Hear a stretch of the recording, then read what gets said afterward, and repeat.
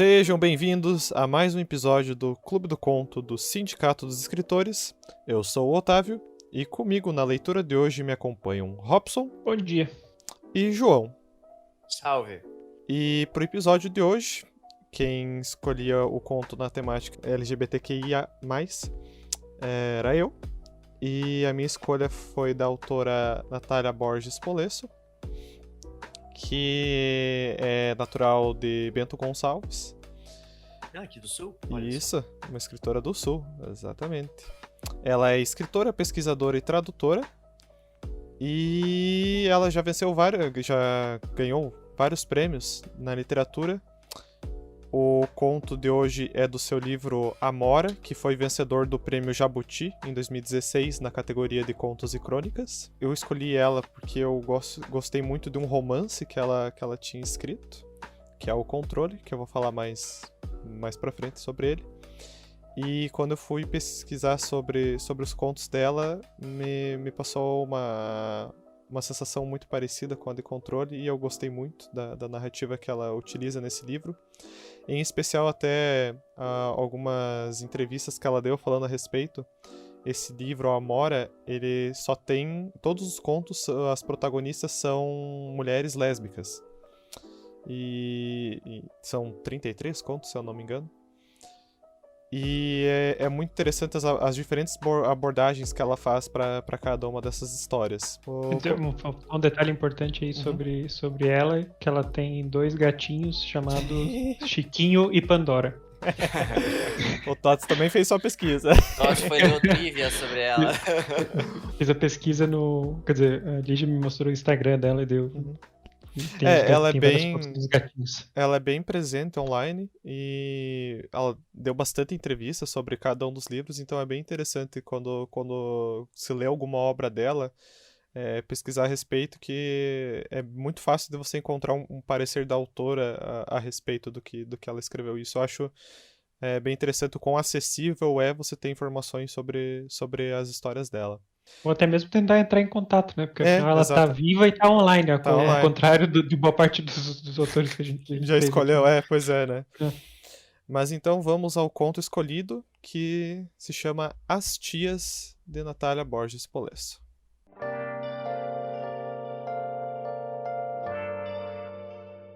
Desde moças estavam juntas. A tia Alessi tinha 17 anos e a tia Alvina, quando entrou, tinha 15. Era comum nessas famílias meio grandes que 1, 2 filhas fossem para o convento. Desde lá, não se desgrudavam. 60 anos. Alguém entende o que são 60 anos de convivência? Eu não sei entender.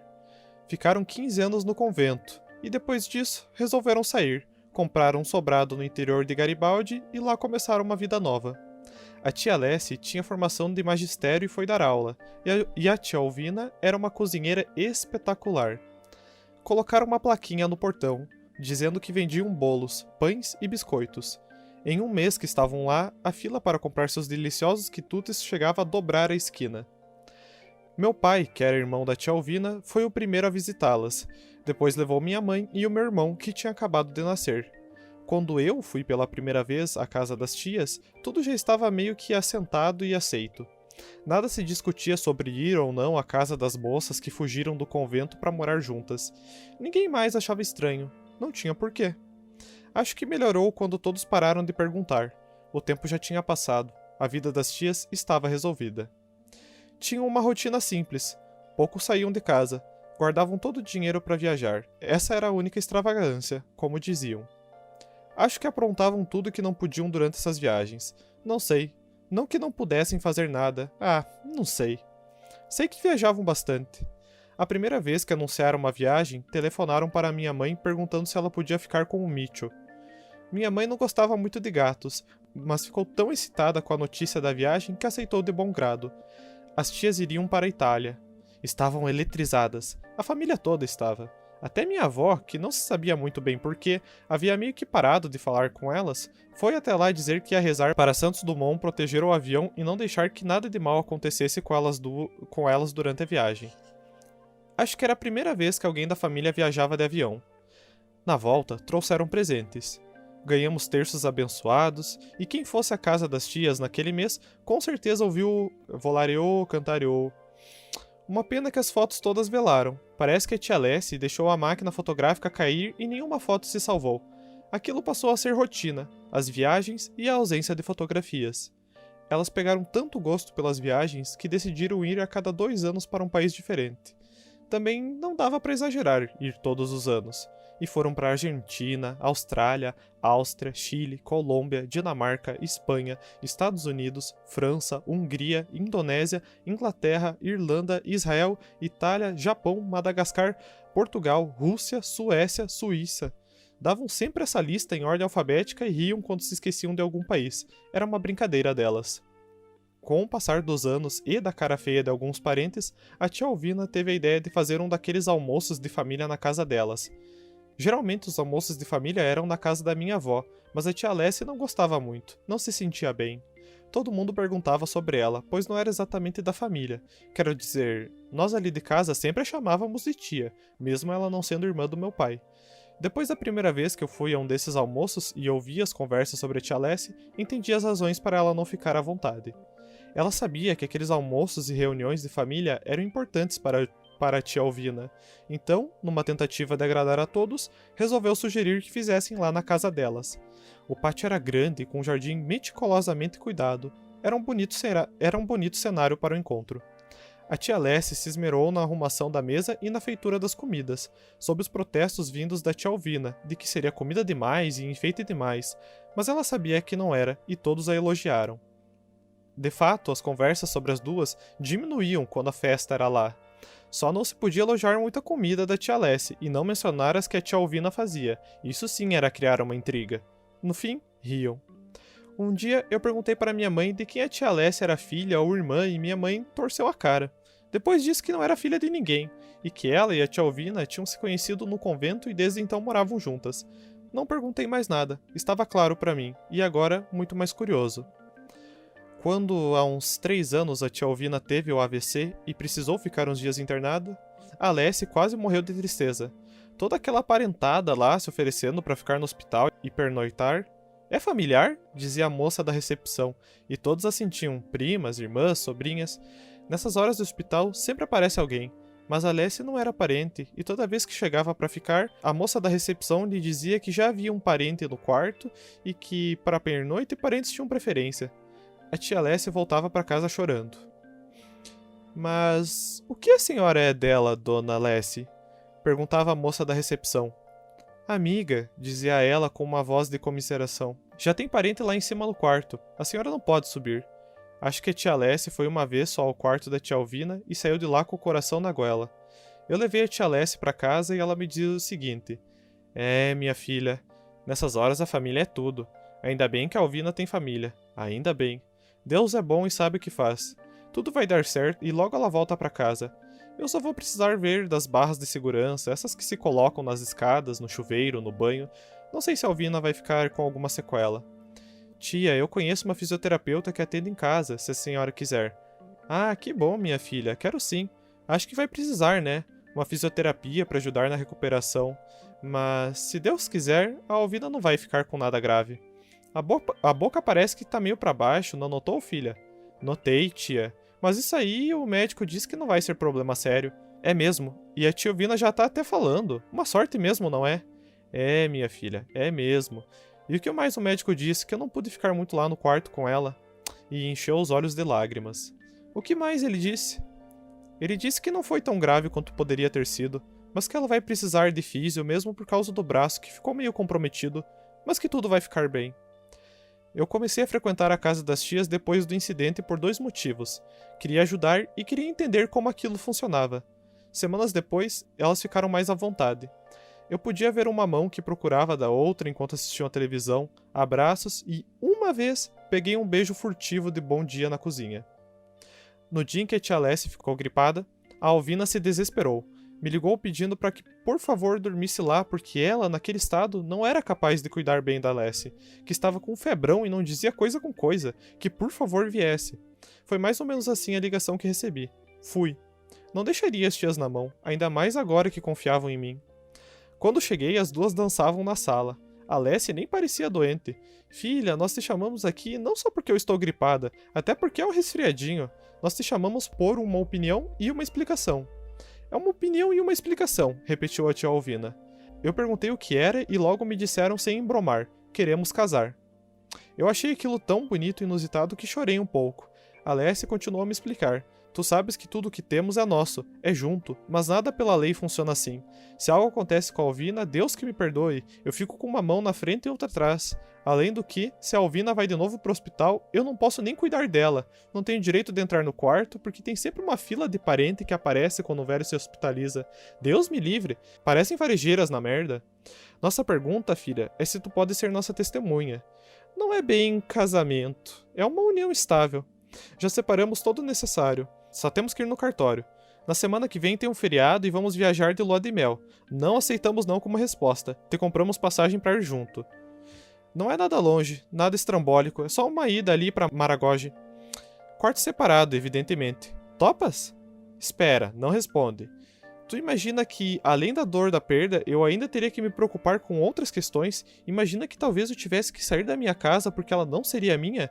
Tu imagina que, se eu morro, a Alvina fica sem pensão, porque é da minha aposentadoria que a gente vive também?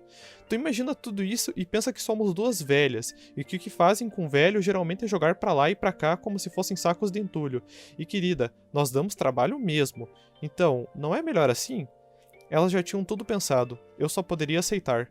Casaram, continuaram felizes como sempre foram. E assim seria, até que a morte ou alguma burocracia as separasse novamente.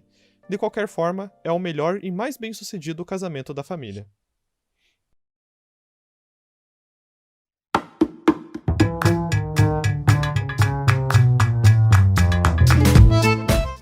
Essas foram as tias de Natália Borges Polesso.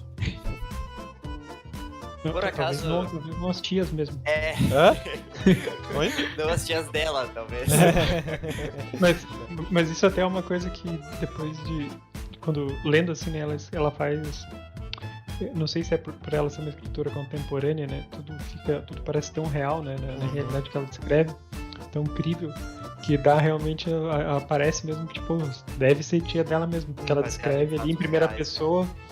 Só que aí, quando eu fui ler outros contos dela no livro aí, Uhum. e todos dão essa impressão, sabe? Sim, Tipo, que é tudo são muito real, todos- né? todas pessoas muito diferentes em situações. Tem uma menina que joga xadrez, sei lá, tem várias meninas diferentes com realidades muito diferentes e todas tu lê e tu jura que essa é a escritora. Tipo, tem que vir Da vida dela. da vida dela, Sim. né? E não duvido que detalhe o outro venha, né? Que talvez não seja com ela, talvez com algum conhecido. Mas eu achei incrível essa capacidade que ela tem de fazer parecer tudo real mesmo. Sim.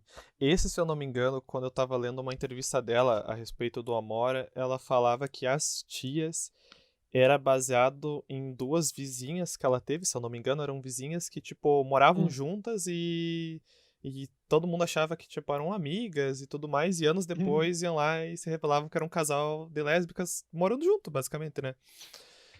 Casadas. E daí ela, tipo, tinha achado isso muito curioso. E numa outra entrevista ela falava que esse foi um dos contos que ela escreveu umas 3 vezes, sabe? Tipo, na primeira ela colocou no ponto de vista de uma das tias, mas não tava gostando do resultado. Aí eu não lembro qual que era o ponto de vista da segunda vez, acho que era, tipo, narrador em terceira pessoa. E aí, por último, ela colocou na perspectiva de um parente, né? No caso, da garota que vai descrevendo a história toda ao redor das tias dela, né? Uhum. E eu acho que esse ponto de vista foi muito certeiro, assim, pra história que quer passar. Apesar de cair a ficha pro leitor bem cedo, né, do que se trata. Ela, tipo, dá uma enganada no começo, falando das tias, né, que se conheceram no convento e desde então foram morar juntas, né. Mas é muito interessante ver como, com o amadurecimento da narradora e... tipo, essa cortina vai caindo, né? Ela vai se tocando principalmente pela maneira que a família dela se porta com as tias, né? Pelo que dá a entender, a que tinha mais preconceito era a avó, né? Que era o motivo de desconforto da Lessie de irem almoçar junto, né? Ela não se sentia confortável. E num almoço em que a narradora vai sozinha na casa da avó, ela já entende por quê, né? Ela nunca deixa explícito, mas ela já entende porque falam mal da tia Lessie, né? Da tia Lessie e da tia Alvina. Uhum. Então, Só um parênteses, eu li como Tia Lacey, que Lessie, pra mim É, é tipo de eu pois é, Letícia. fiquei pois é, Let's ou Leci, não é, sei também. não sei, fica Mas... aí pra Eu, eu, posterioridade. eu pensei em Letícia, eu tentei Uhum, associar com algum nome, se isso deve ser uhum. diminutivo. Mas, enfim, porque É, Lacey pra pode mim ser. lembra o cachorro, daí eu fico nessa. É. Eu tento afastar. Pode ser, pode ser. Agora, como tu não conhece a música ali, cara, o Volare? Não conheço. Como? Você mora no sul, numa cidade cheia de italianos e você não conhece a música do Volare? Minha família é muito pouco da cultura italiana, falando bem sério. De verdade, eu Pô, não conheço. nunca ligou a rádio Capinzal aqui? Vou ter que fazer uma Tá pesquisa posterior louco. a essa. Ai, ai. É. Mas, então, é bom que você falou isso. Uma coisa que eu acho muito legal de tudo que eu li da Natália é que, cara, é muita cultura do sul, sabe? Muita coisa regionalista que a gente, tipo, que ela coloca de referência nas histórias, né? Da cultura nacional, tipo, seja marcas, programas de TV, músicas, até tipo o modo dos personagens falarem um com o outro. Esse conto em si, ele não tem, assim como o da semana passada do Caio Fernando, ele não tem diálogos em si, é sempre a narradora contando os diálogos corridos, né? Mas em alguns tem, tipo, troca de diálogos, e você consegue ver muito, em alguns casos, o regionalismo, né? Uhum. É muito interessante. Tipo, você vê o recorte da realidade que ela traz pra essas histórias, né?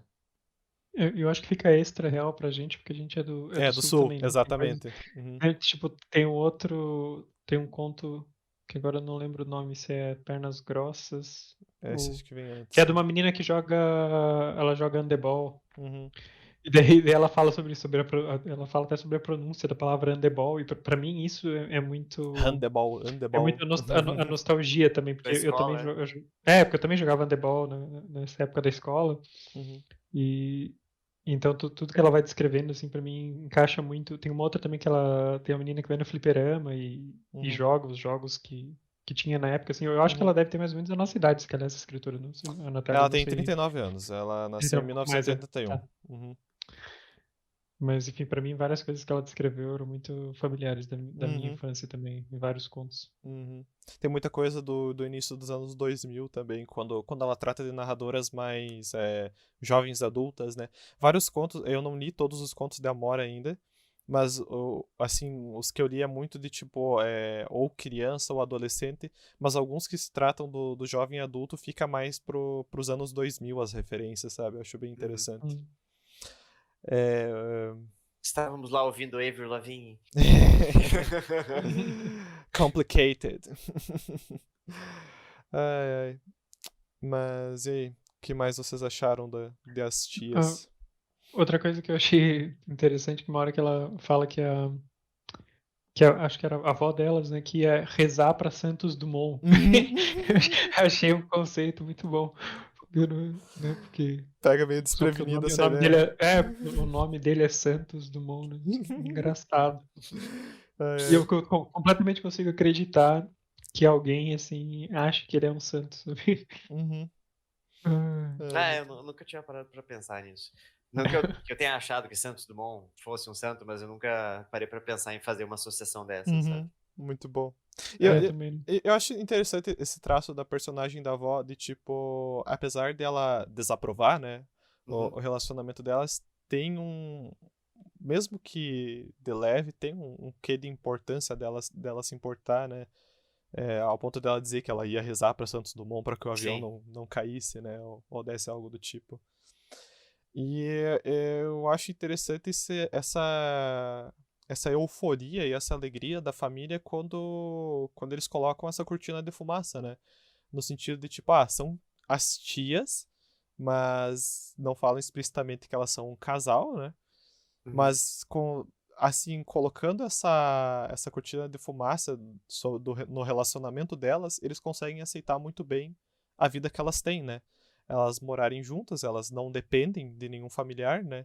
Uhum. Elas vivem ali da aposentadoria de uma delas. E aí. E aí a família toda fica eufórica quando elas viajam. E eu acho que até um pouco do desconforto que elas sentem nesse almoço em família se dá um pouco da inveja, né? Porque a narradora finaliza dizendo que era o casal mais bem sucedido da família Uhum. e era o casal que não podia se assumir pra família, né? Tipo, não podia. A família não aceitava, por assim dizer, né? Sim. Então eu acho muito interessante o que as pessoas fazem como as pessoas mentem pra si mesmas, né? Pra aceitar uma situação. No caso ali de toda uma família comemorando que elas estão indo viajar, mas a única parte boa que elas veem desse relacionamento é as viagens, os presentes, né? A parte consumista. Isso, né? A parte que eles ganham alguma coisa, né? Sim. Pois é, É... muito aquele preconceito Uhum. velado, assim, né? Tipo, seja o que você quiser, mas longe de mim, né? Tipo, Isso. enquanto fizer escondido, tá ok.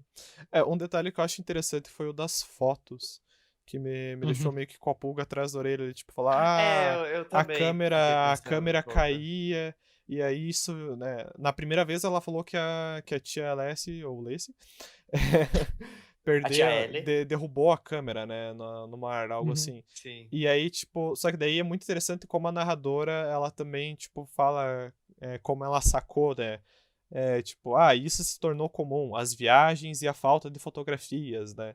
Tipo, como provavelmente existiam fotos, existiam registros, porém não dava pra mostrar pra família, saca? Tipo, não, algo do tipo. Eu achei que teria uma cena que ela ia depois descobrir, tipo, um álbum com Uhum, fotografias das viagens, também, alguma coisa também assim. fiquei pensando nisso. Uhum. Mas só que de certa forma, né, tipo, como ela se tornou a mais próxima do casal, né? Ela acabou tendo essa intimidade a ponto né, delas se assumirem explicitamente para ela e pedirem que ela fosse testemunha, né, no casamento. E apesar de tipo ter essa nota mais otimista no final, ele não deixa de ter um pouco de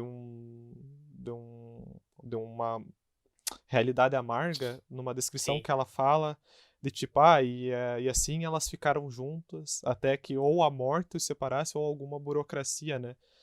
Que Uhum. é uma maneira de expor como é delicada a situação de casais homoafetivos no Brasil, né? Como não só na questão de vida ou morte, que Sim. isso permeia todo casal, mas na questão legal mesmo, né?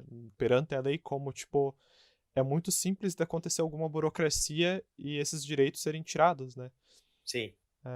Ele fica bem claro o sofrimento, né, que elas tiveram com essa situação do A AVC. angústia, né? Isso, né? E que quando depois mostra, quando ela tá bem triste ali falando, né, isso de você não ser considerada Uhum. parente, né? Não poder É, visitar, né? pois é muito dolorido, né? Então imagina tudo, por mais que elas sejam felizes juntas, estão sofrendo de certa forma a vida toda por não poder, tipo, só podem agir como elas querem quando elas estão Sozinhas. viajando e de férias em outro Uhum. país.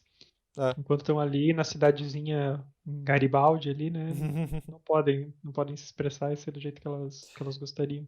E uma. Essa parte do. Pode falar, Não, pode falar. não, pode falar, que eu ia desvirtuar. Eu ia falar que essa parte do hospital, justamente delas precisarem mentir da relação e tal, me lembrou um pouco aquele momento do teu conto da semana passada, quando o personagem precisa preencher a raça dele no formulário, sabe? Tipo, Sim. tá, mas você é o quê, sabe? Você é o quê Uhum. dela? Sim. Então, fez essa remetência. Isso é algo presente em qualquer tipo de preconceito, né, cara? Se tu parar Uhum. pra pensar, porque você tá se identificando pra alguém. Uhum.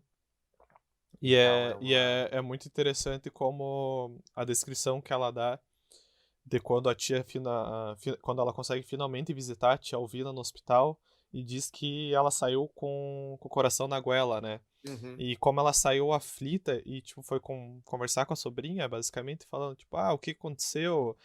O médico te falou alguma coisa? Porque o Sim, médico não sim, me falou nossa. muito. Tipo, ela, como cônjuge, como companheira de vida, não tinha o direito a saber como estava a saúde da sua companheira por conta Uhum. desse segredo, desse preconceito, sabe?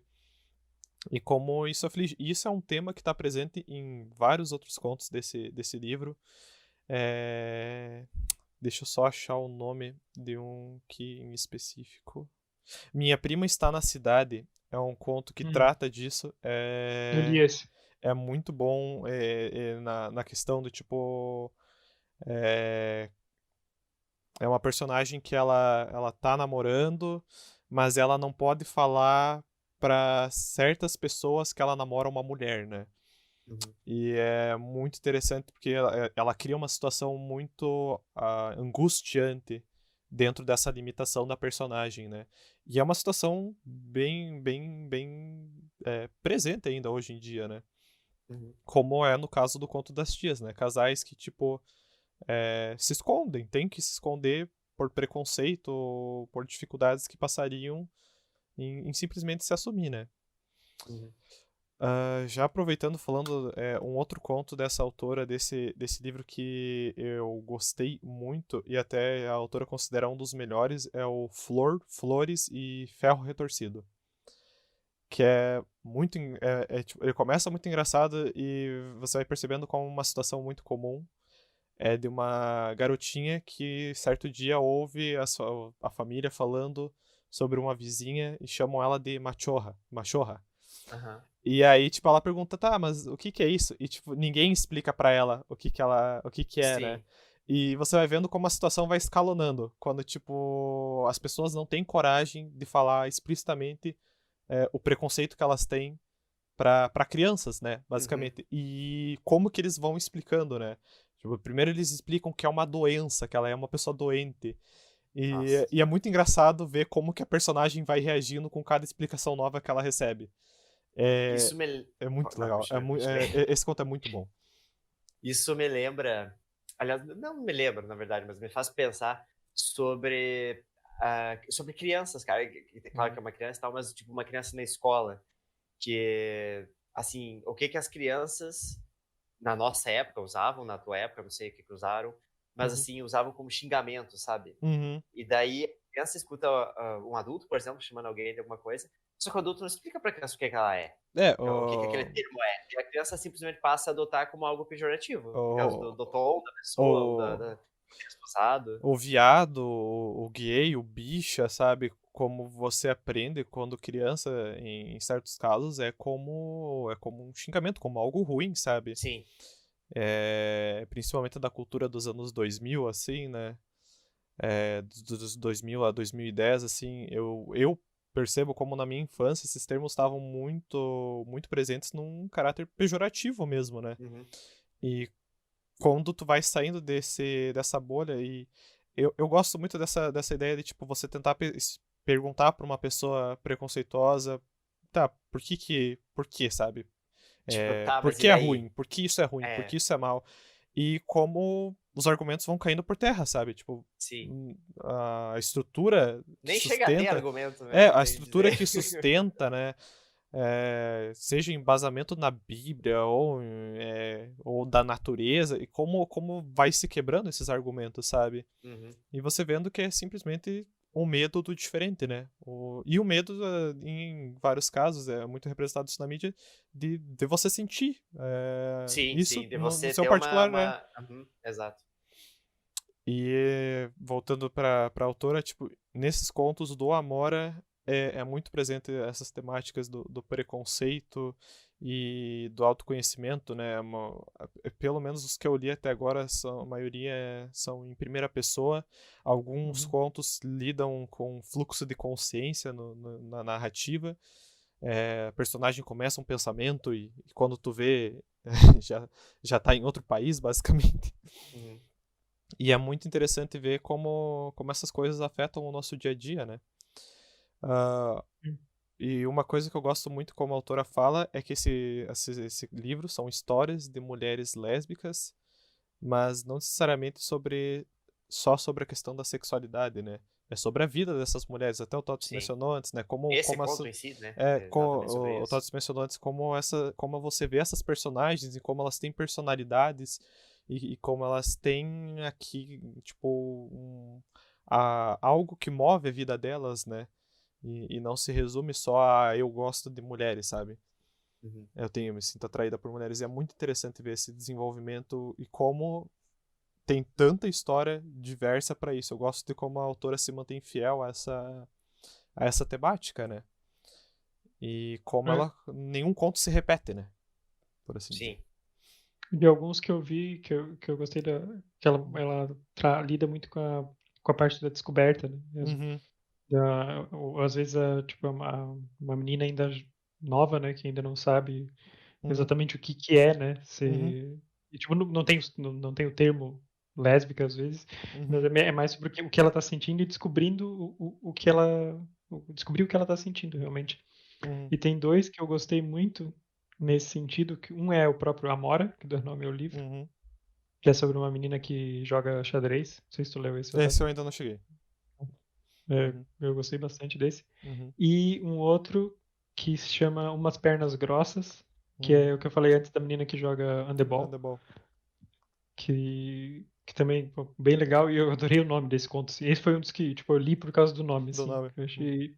E eu achei até que tem vários contos que os nomes são muito bons, assim. uhum. Tem um outro que eu ainda não li, mas gostei do nome, que é O Coração Precisa Ser Pego de Surpresa para Ser Incriminado. Achei muito Esse é o instigante esse nome nome. do conto? Nossa. Uhum, Aham. uhum. Tem um que eu li que é meio parecido com esse das tias, mas eu mais achei ele engraçado do que qualquer outra coisa, que é o Vó, a Senhora é Lésbica. Esse conto é muito divertido, porque é, tipo, o título meio que já faz parte da história, porque a narrativa Uhum. parte do título, sabe?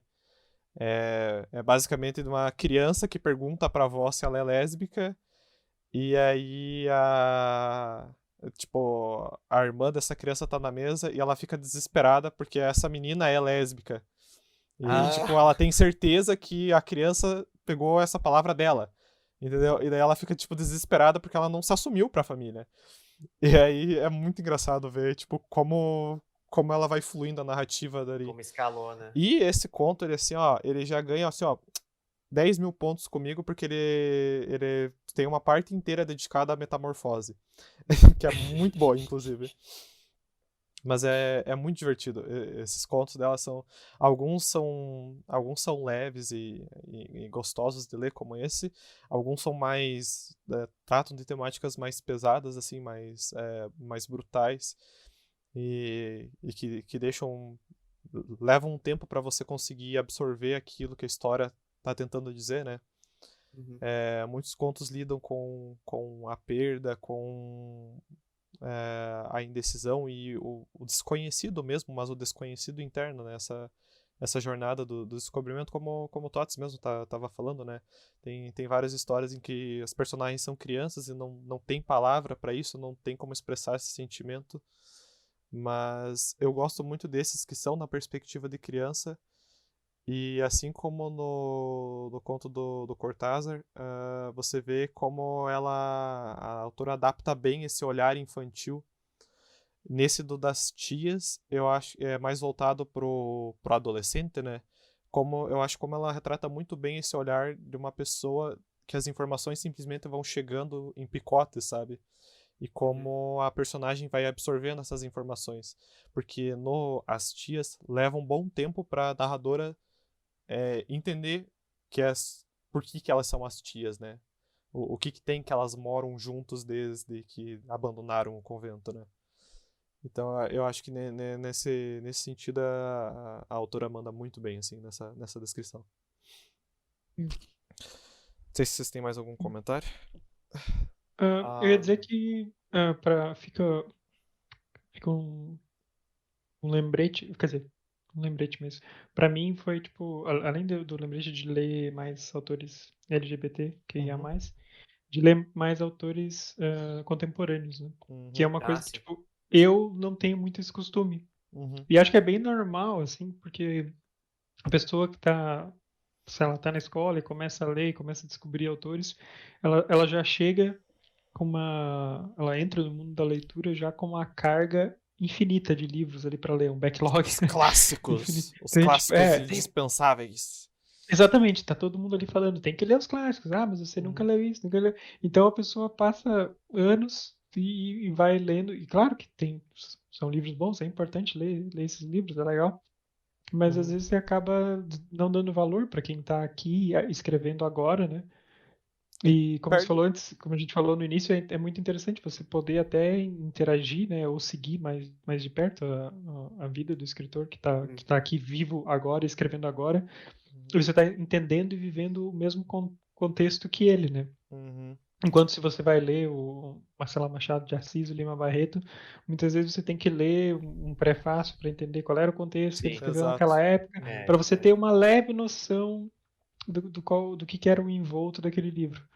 É, e você, Então, acho que você perde muitas histórias do aqui e do agora, né? Tipo, muita coisa que situa. Eu não li nada ainda, no caso de romance, mas eu acredito que nesse ano e nos próximos anos vai sair muita coisa tratando desse cenário que a gente está vivendo de pandemia, por exemplo, né? E como você não vai encontrar isso na literatura clássica, né? Simplesmente não vai, você vai encontrar uma ficção a respeito desse cenário pandêmico. Mas é bom procurar escritores contemporâneos para refletir esse cenário e a gente ter diferentes perspectivas daquilo que a gente está vivendo aqui agora, né? Acho que às vezes a gente se atrela tanto ao passado que esquece que tem coisas que são muito crias do nosso tempo, né? Por assim dizer. Eu queria, antes de encerrar, deixar a indicação do romance da Natália Borges que eu li, que foi onde eu conheci a autora. Eu conheci essa autora por conta do desafio do Leia Mulheres, que tinha um mês que era uma autora da região sul.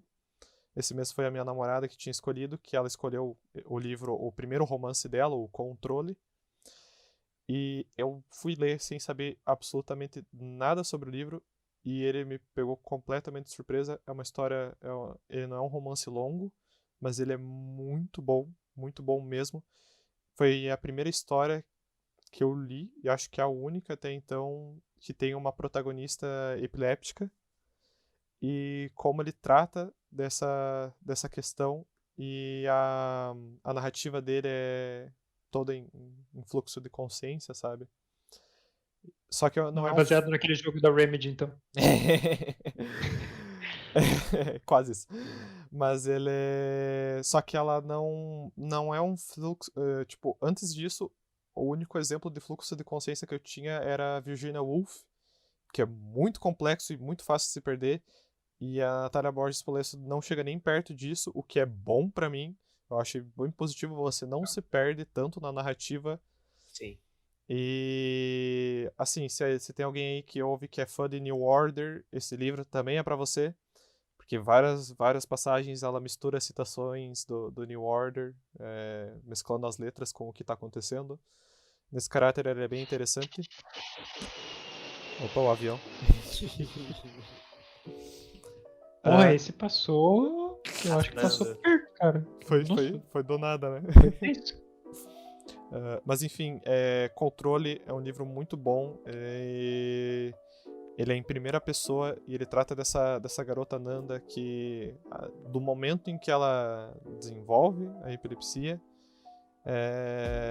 quando ela descobre esse transtorno, né, de certa forma tem um incidente que é voltado o livro inteiro pro causador, né, e como a vida dela muda ao redor disso e os diferentes tipos de controle e perda de controle que ela tem por conta da condição dela, né?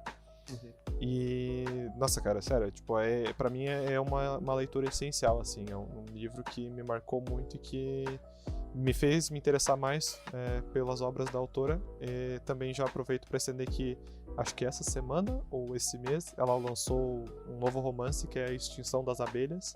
Eu não sei nada sobre esse livro, mas já tá tendo bastante repercussão, que mantém o nível de qualidade de controle e dos contos dela em Amora e outras coletâneas.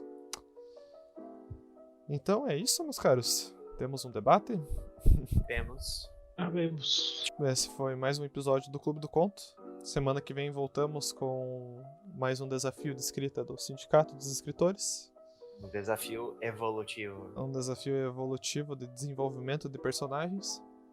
E como sempre, se você quiser entrar em contato conosco, mandar alguma sugestão de conto, textos ou algum comentário que agregue Café também, aceitamos debate, sugestões de bons cafés. Também aceitamos sugestões de bons cafés, sempre. Você pode entrar em contato pelo e-mail sindicatodesescritores@gmail.com, pelas redes sociais Twitter e Instagram no @sindicato dos escritores e no sindicatodesescritores.wordpress.com, onde tem todos os conteúdos que já fizemos até então. É isso então, até semana que vem e tchau, tchau. Falou, pessoal. Até mais.